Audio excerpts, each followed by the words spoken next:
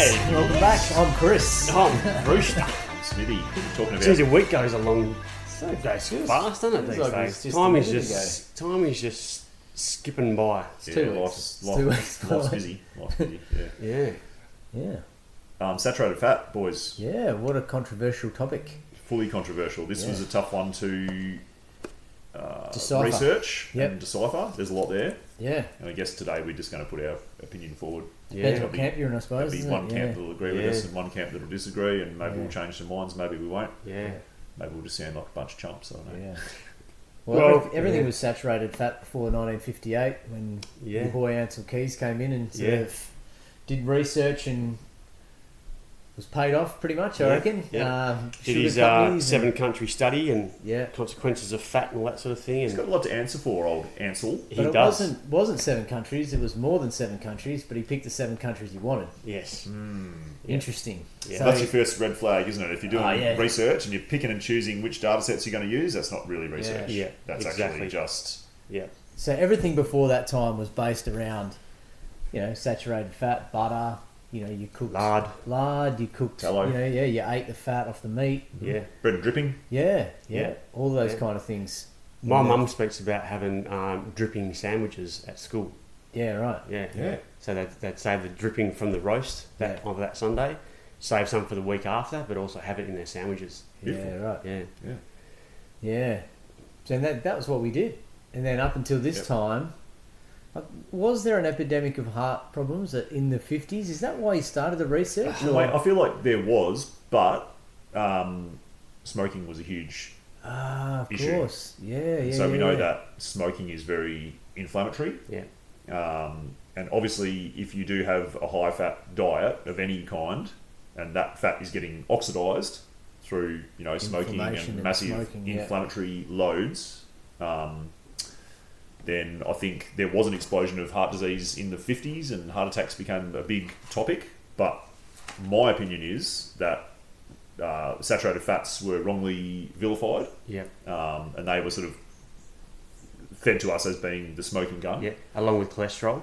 Yeah, and Yeah. that ties in with Yeah. cholesterol levels and stuff like Yeah. that, Yeah. Based on this fella's study. based on this fella's Yeah. study. But I really feel like now the science is getting more and more clear that the problem is not saturated fat, and it may actually be protective for cardiovascular health if you're eating the right types of healthy saturated fats. Exactly. And neurodegenerative brain conditions. Exactly, and creation of hormones and all the good benefits that we associated with saturated fat.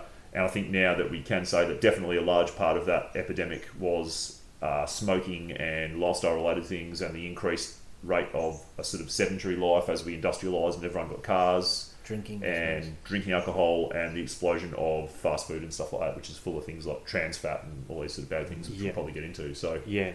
But initially, McDonald's were cooking their fries in tallow. yep, Yeah. It'd be quite healthy for you. Yeah. mate, But now, I'd go there tomorrow. If McDonald's advertise, we're now cooking, non-messed with potato fries fried in tallow, I'll go buy some. Yeah. Delicious. Yeah. Nothing That better. all changed. Industrialised seed oils. Yeah. Yeah. So, where do we find saturated fat? So, we've got 3 main categories of fat, haven't we? Saturated, unsaturated, and trans fats. Is that one? Yeah, and then you right? can break unsaturated into mono and poly, but you're spot on. Yeah.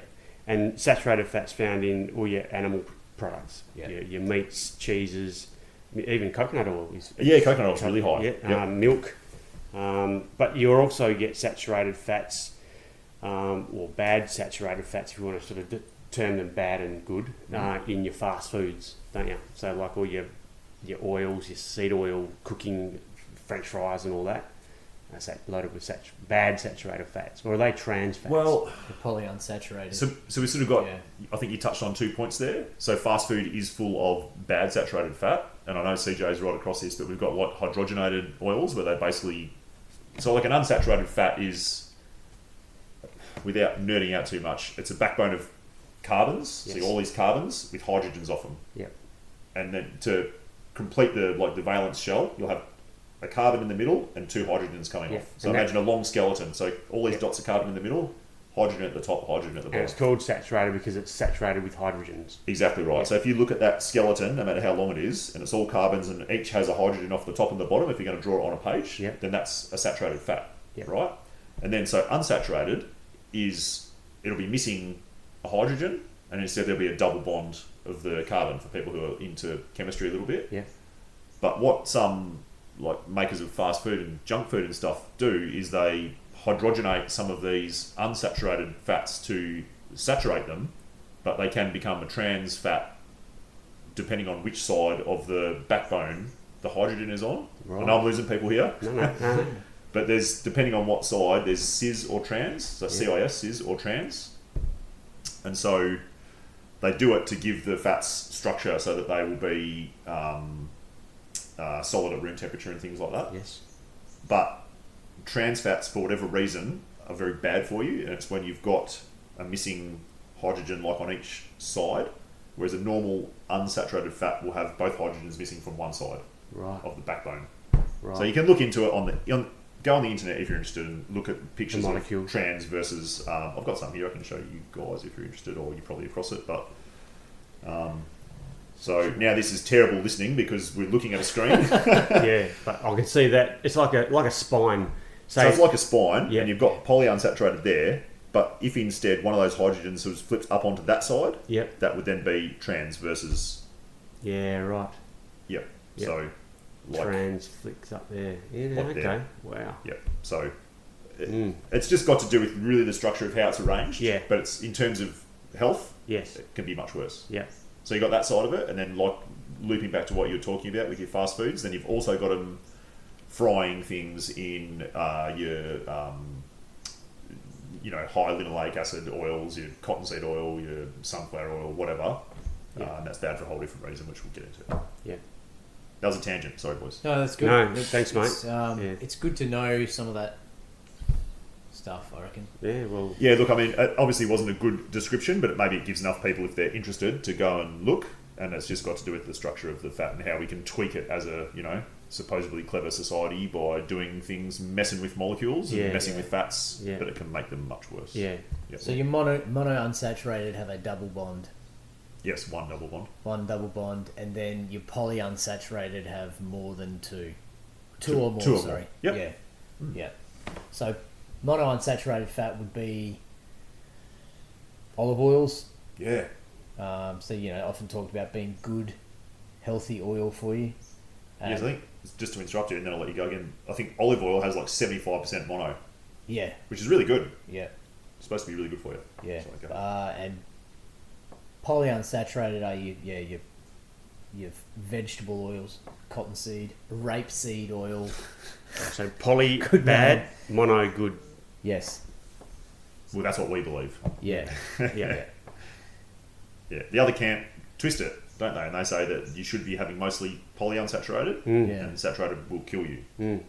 So you've got to do your own research for our Mm. listeners, but Yeah. I'd encourage you to research both sides, and maybe we can kind of tweak you towards. Yeah. our side It's today. very difficult to find on the mainstream search engines Yeah. anything other than the American Heart Association's or Australian Heart Association's take on healthy Yeah. healthy fats. So the WHO, our friends at the WHO, recommend eating less than 10% Yeah. saturated fat Yeah. in your diet Yeah. for Yeah. health. Others, like the Australian Heart Association, 5 to 6%, Wow, that's very low. very low. Mm. That'd be hard to do. Yeah, they're giving you alternatives. So, say if your diet is, what's that? That's 13 for an average adult male. That's about 13 grams of saturated fat a day. Really not much. That's Yeah. real tricky. Yeah, Yeah. yeah, You have one burger or something, you're pretty much over that. yeah. It, Straight up. it does give you. You can download a PDF document that gives you recommendations for how many eggs to eat and those kind of things to reduce your cholesterol and how much I've been saturated having fat. 5 eggs a day for about 30 years now. Yeah, I think Pretty you'll be much fine. every day. So, I haven't died yet. Yeah. Yeah. And that you mentioned, mate, the American Heart Association, and this is where the whole controversy sort of starts. So, for the last 60 years, they've recommended that percentage daily intake that you mentioned there, 5 to 6% of your daily calorie count. But I've looked at studies, and they even say that there's multiple studies have shown no link between high saturated fat diet and heart disease. Yeah. There is Correct. no link There's no- whatsoever. I agree.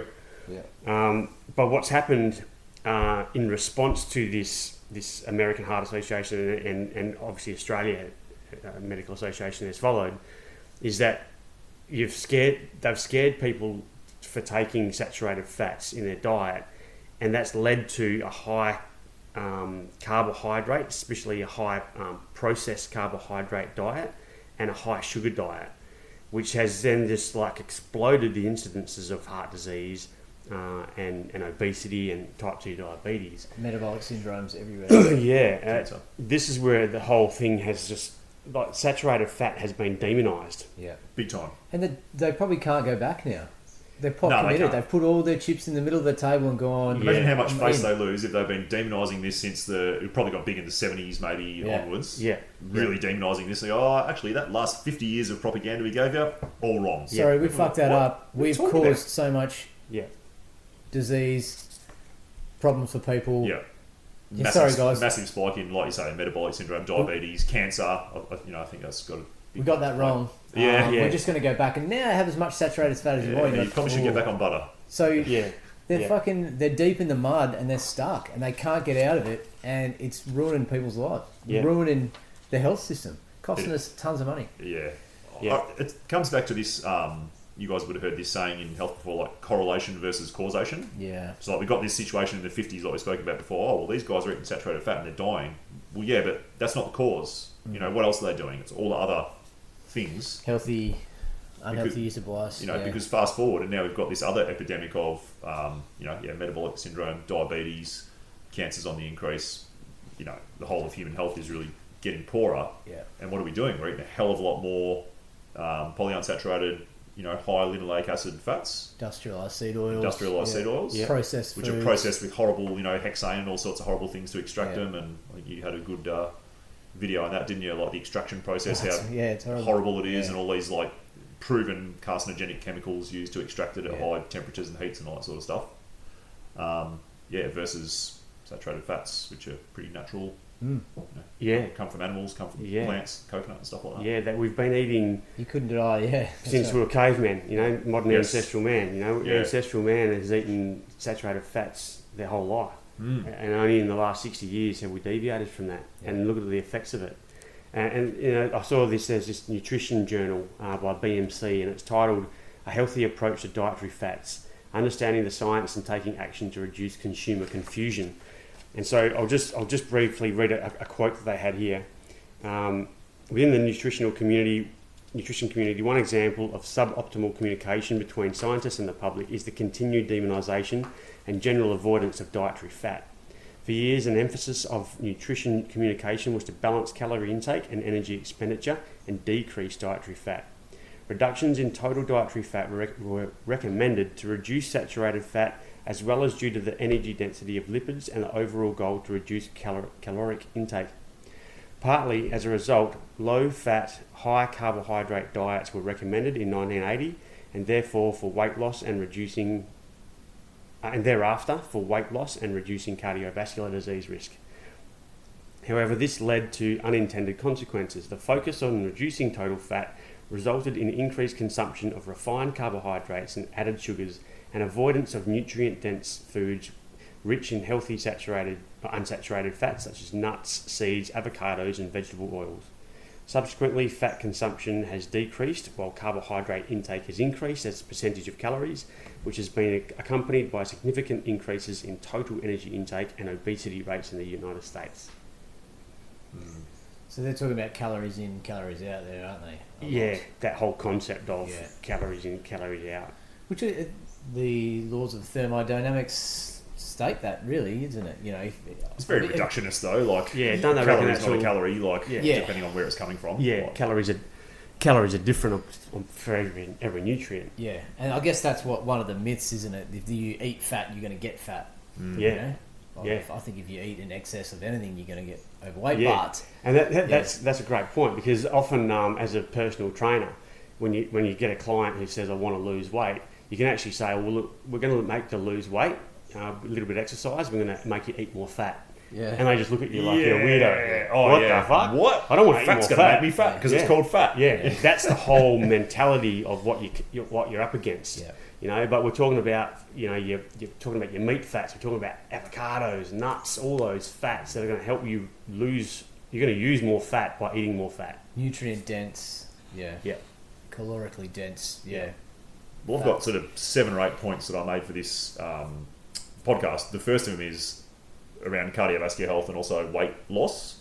So my little blurb here is that the addition of saturated fat to your diet reduces lipoprotein A, which we've spoken about in a recent thing, which is a big predictor of heart attacks and cardiovascular disease. So it reduces it, which is a good thing.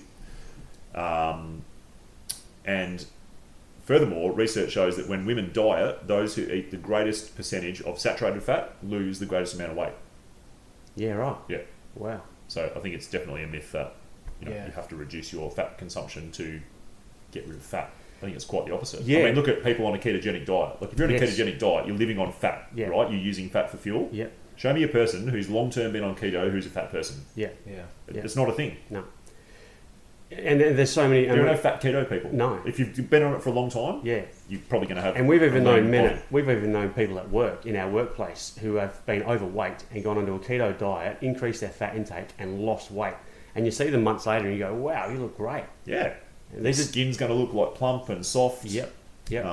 They're going to look really good. And the unfortunate Yeah. thing about these people that want to lose weight and they're scared of eating fat is they're just going to supplement that fat with carbohydrates to be satiated. Mm-hmm. So, you know, it's like high protein and fat diets are going to make you feel fuller. So you're That's not a going to huge eat as part much. of it, isn't it? You feel really good when you've got a belly full of something fatty. You feel satiated, Yeah. like you say. Whereas sugar, spike, drop. You're on Exactly. the seesaw. You're on the Yeah. merry-go-round. Yeah. It's not long after you've had a big carb meal that you're going to be hungry again.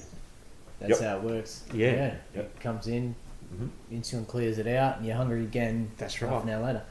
Yeah, like we talked about before, that calories in, calories out is often not the case. Like if you can be satiated with meat or a protein and fat, it's not the same as a calorie of carbohydrate. No. You might be taking in 200 grams of carbohydrates in a meal, pasta or whatever it might be. Yeah, blood glucose. We might do an episode on that, maybe. Yeah. Most definitely, yeah. We'll get into that. That's a good one. Spiking your blood glucose, bringing that up and then right back down again, clears it out again. Your body says, I'm hungry. Yeah. I need food. Whereas you're satiated, if you keep that blood sugar level for an extended period of time, and if you're eating protein and fat, that's not going up at all. No. It's not going, your blood glucose spikes are not going up, not going down. There's no crash. It's nice and even. Yeah. Yeah. We'll definitely talk about that in another episode. So we won't Yeah, that's really touch on interesting. that one too much. But And just like anecdotally, I've never felt so like meh about eating as when I did carnivore for a couple of months. Like after you get over the initial transition of I'm really just eating meat here and some eggs, like you feel so full and so just whatever about eating. It's like have a meal, I'll skip a meal, whatever. Like you just feel yeah, right. full. Yeah. Yeah. You don't have those ups and downs of energy and spikes. Yeah. The Just- the hormone release, the ghrelin, the leptin, Yeah. those kind of ones. But that you almost come go in. from like I've Insulin. tried super high carb, and I've had normal diets over the years, and you get a bit edgy about like shit. I need to eat here, like Yeah. I need a piece of bread or something. Yeah. Like and I eat bread now, of course, but because I'm back off the carnivore. But when you're on carnivore or just on a keto, I imagine you've done keto for a long time, but Yeah. food Yeah. doesn't become a problem in terms of like trying to maintain No. your energy levels. No. It's just there, it's smooth, constant. Yeah. I Yeah. remember playing footy, and you'd have carbs the night before, Yeah. and you'd wake up in the morning and you'd have a huge carb Yeah. breakfast. Sometimes I'd get to the ground, and I'd be so lacking energy, Yeah. and I'd be feeling like I'd be running across the ground like I'm concrete. I Yeah. can't move. I'm like, Yeah. what is happening Yeah. here? I'd love to go back to my Oh, young footy absolutely, I know. days Yeah. and be on the diet that I'm on now. Yeah, yeah. I have so much more energy than I Yeah. did when I was a teenager Yeah. or a young 20-year-old. Yeah. But just on this report also, just a statistic here, just to highlight this lack of knowledge of fat. A global survey found that 95% of respondents knew that vitamins were needed for a healthy diet, but only 41% knew certain fats were essential nutrients. Yeah. And so less than half of a global survey Yeah. considered fat an essential nutrient. Wow. We've talked about grass-fed beef before, but the nutrient profile in that saturated fat is completely different to a CAFO feedlot It's definitely, animal. yeah, You know, they're high in omega-3s, which if you don't eat a lot of seafood is one good way to get some omega-3s if they're grass-fed, grass-finished. Just the nutrient profile is a lot different, and like you were saying there, not many people know about it. You know, most of the time everyone's cutting that fat off, aren't they? yeah, that's Throw it right. in the bin. Oh, Yeah. I'm not eating that. Oh, Feed it to the dog. Yeah. The dog's probably getting the most healthiest part of your meat. Meanwhile, your dog's real healthy, great teeth, got a real Yeah. silky coat, you know. Energy days, for days, chase a ball all day, whatever. Yeah, Humans are dragging ass around. yeah. I need a bowl of rice. Yeah. Give me some flour. Yeah, Sugar. it's crazy. So it forms the foundation of all cell membrane. Man, So if you're not getting it, it's essential. Like you say, if we don't have it, Yeah. we're going to die. Yeah. Yeah. So You're going to die a miserable death as well. You're going to Yeah. be depressed. helps synthesize hormones. Hormones. Yeah.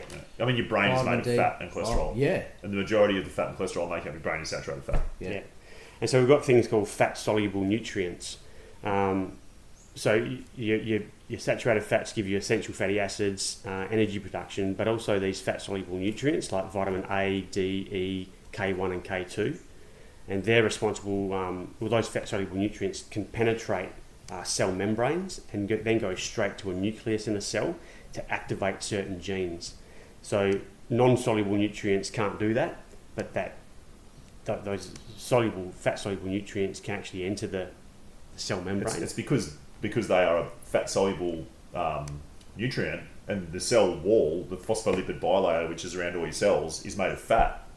So it just goes through, because fat goes through fat. Whereas like if you tip fat onto the top of a glass of water, there's no mixing. So all your water-soluble vitamins have to use transporters and stuff like that. Right. It's, so interesting, hey? and those vitamins are four of my favourite in terms of wellness. Like I don't think most people need to supplement with vitamin D if you live in sunny parts of Australia. You can get it from the sun, but A, E, and K are massively underrated as like three amazing. Really? I think so. Yeah. Well, vitamin E is known for like skin health and hair health, isn't it? Yeah, good for men to increase androgens, testosterone, and stuff as well. Yeah. Really good for a number of reasons. Yeah. Well, and we can go on to the benefits of eating saturated fats, can't we? Besides, consuming fat-soluble nutrients, increases your immune system. So increase your vitamin A and vitamin D, help increase the strength of your immune system. Even they reckon child development, so even during pregnancy and lactating, that those essential or fat-soluble nutrients are, awesome for the developing child. They also say that it should be one of the first food. Oh man, it's going to be controversial. One of the first foods kids should eat. Yeah. Especially for the way your mouth develops. If you look at holistic dentistry, another topic you could talk about, but having kids chewing, all the food we give them are in a pouch and they squeeze it in. They don't have to chew. So getting them to chew red meat, it helps their mouths develop, helps their teeth develop.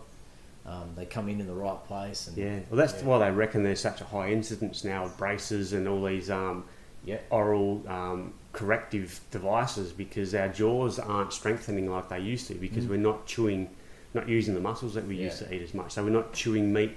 Yeah. We're eating a lot of, like you say, mush, liquidized foods. Yeah. And also breastfeeding. Yeah. You want your kids to have good teeth and strong palate and everything. Yeah. Breastfeeding forms that palate properly and allows space in your jaw so your teeth come down straight. Yeah. Well, isn't breast milk pretty much saturated fat and cholesterol? Funny about that. Yeah. But so it's bad for you. So your mother is trying to poison the baby. Yeah. It makes no sense, doesn't it? Yeah. Absolutely crazy. Yeah. It's like, babies are having heart attacks. Yeah. Wonder what their coronary calcium score is. Sorry, mate, I interrupted you. No, that's all right, mate. No, you've mentioned brain health, and I think, Smitty, you mentioned most of our brain's made of fat and cholesterol. So consuming your healthy saturated fats are going to provide you with those omega-3 fatty acids, which can help increase memory, cognitive functions, focus, concentration. And we mentioned satiation. Yeah, that's a tough. So one to say. increasing fat in your diet reduces hunger. You'll feel fuller.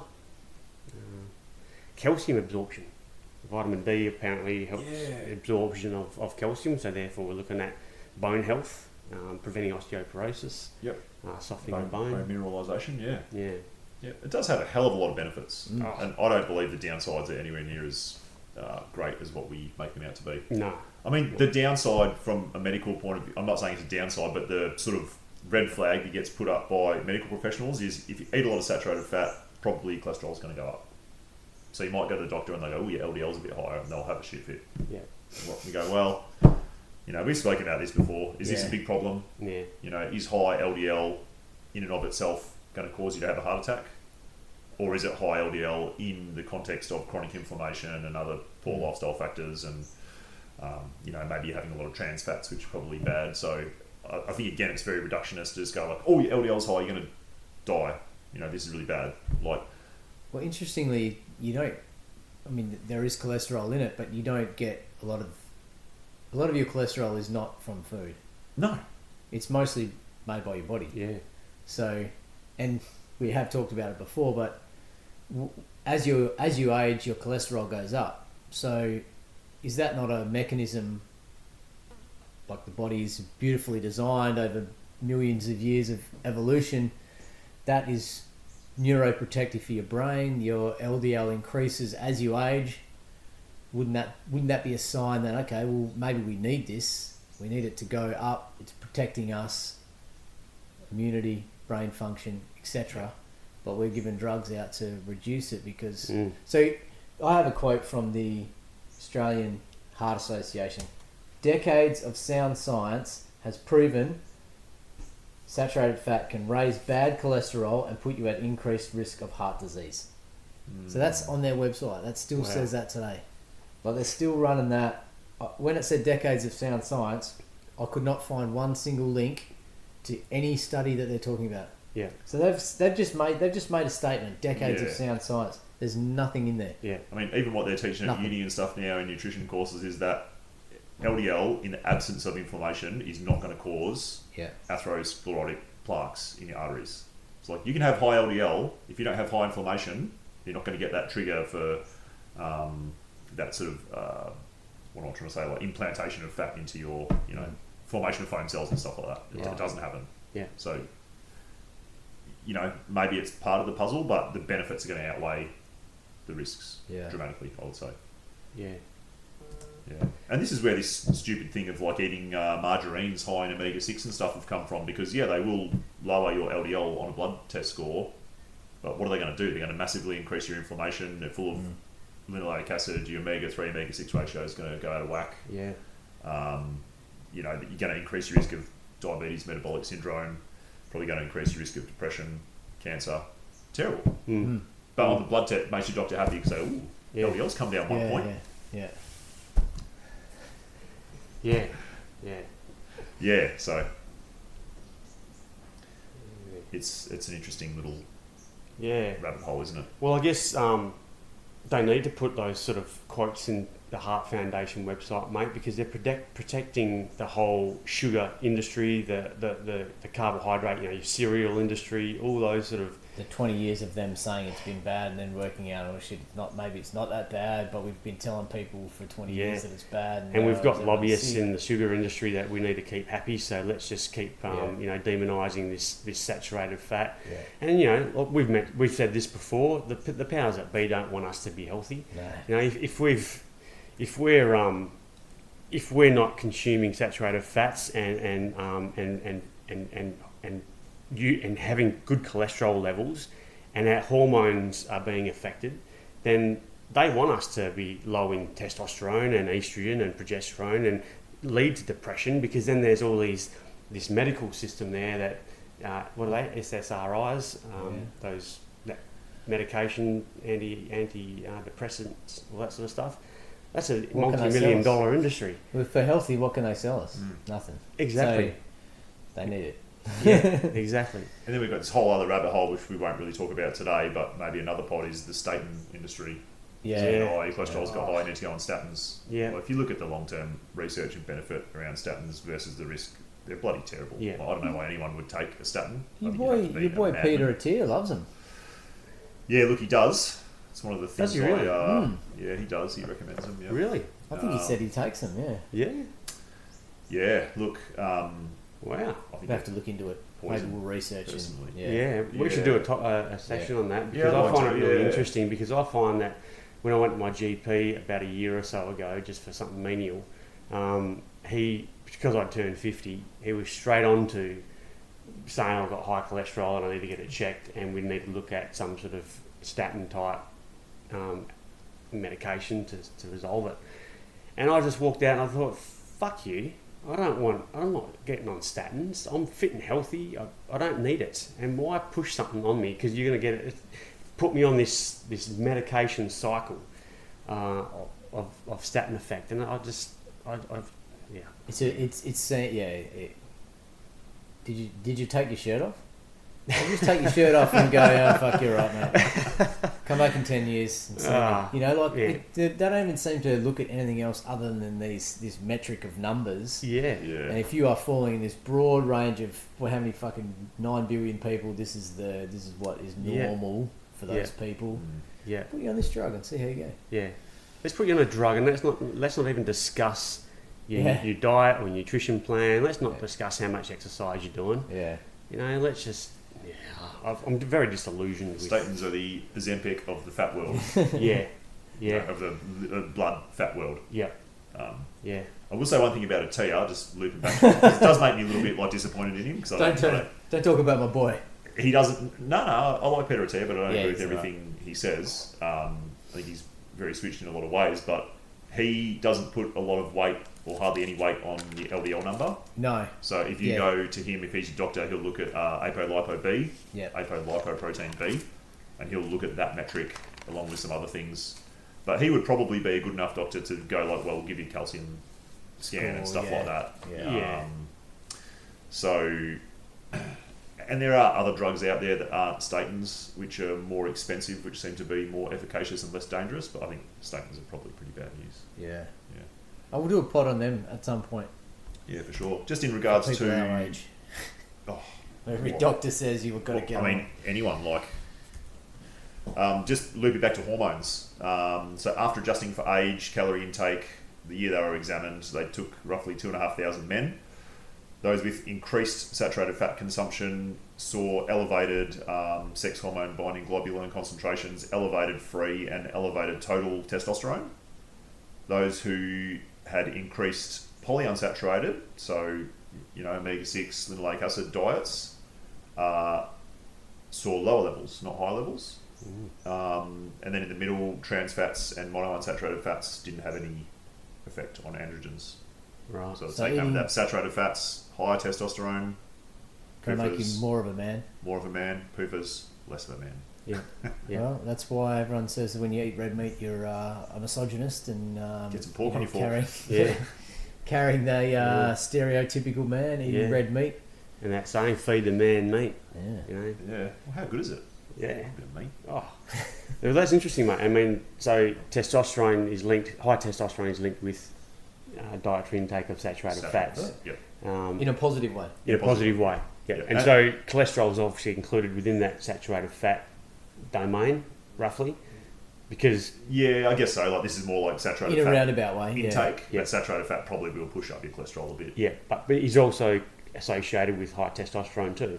So I see what you're saying. I don't know about that. positive level of of cholesterol. Yeah, I'm not too sure, mate. I'm not too sure if like LDL levels, for example, which they talk about as being the bad cholesterol, I'm not sure if that would correlate with testosterone. I'm not sure on that. I can also tell you that with regards to immunity, certain saturated fats that are found in like butter and coconut oil, so they give all the fats depending on their chain length different names. So stearic acid and lauric acid, which are sort of short chain fatty acids, play a key role in immune health.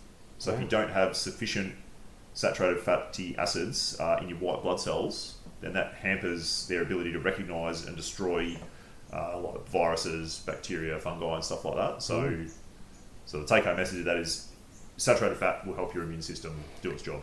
Yeah, And I also saw something about saturated fats being, or your gut health or your gut responds very well to saturated fat. And so increased saturated fat can assist with gut issues caused by autoimmune conditions. It can help reduce bloating. So if you are suffering sort of gut biome issues, saturated fat in the diet can help with that, which I guess is ties in with immunity as well, doesn't it? So your gut health ties into a lot of other. Oh yeah, microbiome and gut health and all that Yeah, sort of stuff. even mental health. Yeah. Leaky gut. Leaky gut. Yeah.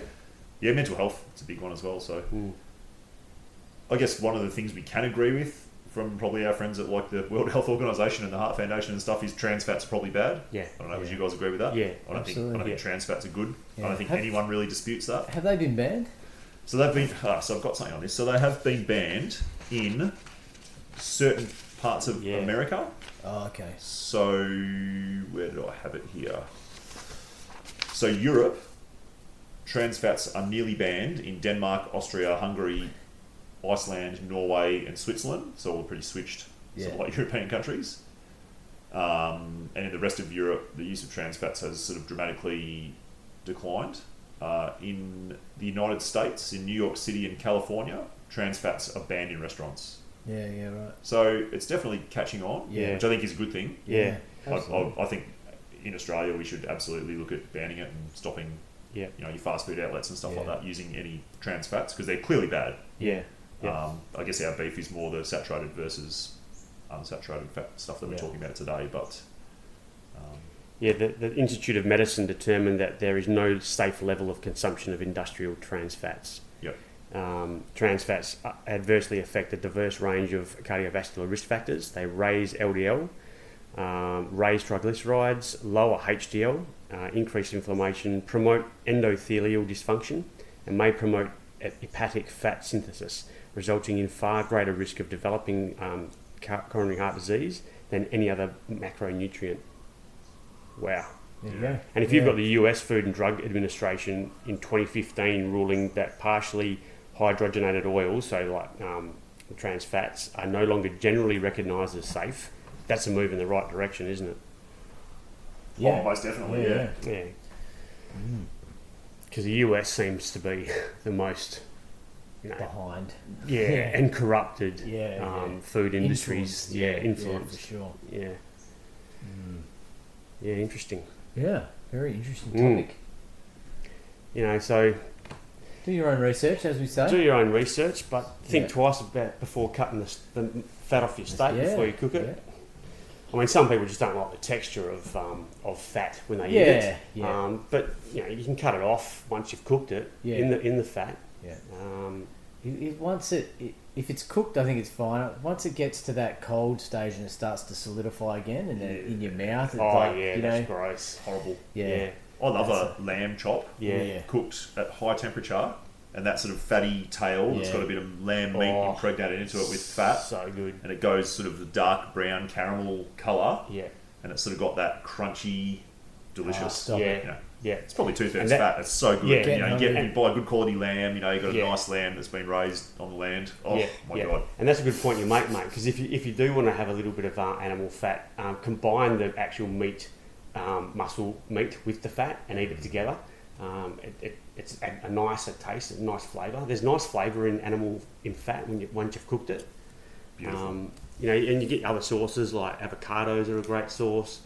They reckon nuts are a fantastic source of your saturated fats.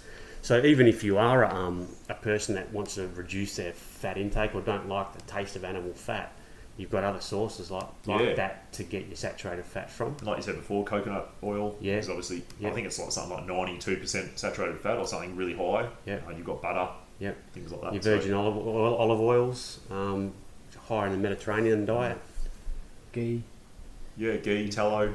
Yeah. I'm not a huge fan of lard. I don't think lard's overly good for you, but it is a large amount of saturated fat. Yeah. Just from the shrine. Yeah. Yeah. Yeah. Oh. Yeah. Something to think about.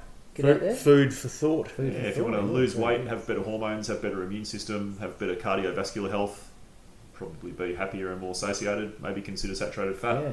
If you want to have lower androgens, maybe poorer health, maybe a bit more depression, but maybe get a gold star from your doctor when you go to get your blood blood work. lipids done. Maybe think about having a lot of PUFAs. Yeah. Choice is yours. I think we finish on that. Yeah. Smithy's taken a while for him to finish on one of his Yoda. It was a bit sarcastic, wasn't it? No, Makes no, it sound like a bit of a dick, but that's what I think. No, that was a great ending, Good I way think. to finish. Yeah, Rock some air guitar on that. yeah. Good work, boys. Hold on. We'll see you in another couple of weeks. Yeah, maybe we'll See do you that then. glucose one, eh? Glucose, Maybe yeah, glucose that'd be or good. That was a good one. Yeah, that'll kind of lead into sort of 2 or 3 similar ones. Yeah, I like it. Creatine, red meat-ish, saturated fat, kind of weaves together, I like it. blood glucose, hormones, etc. Cool, alright. Air guitar. Sounds right.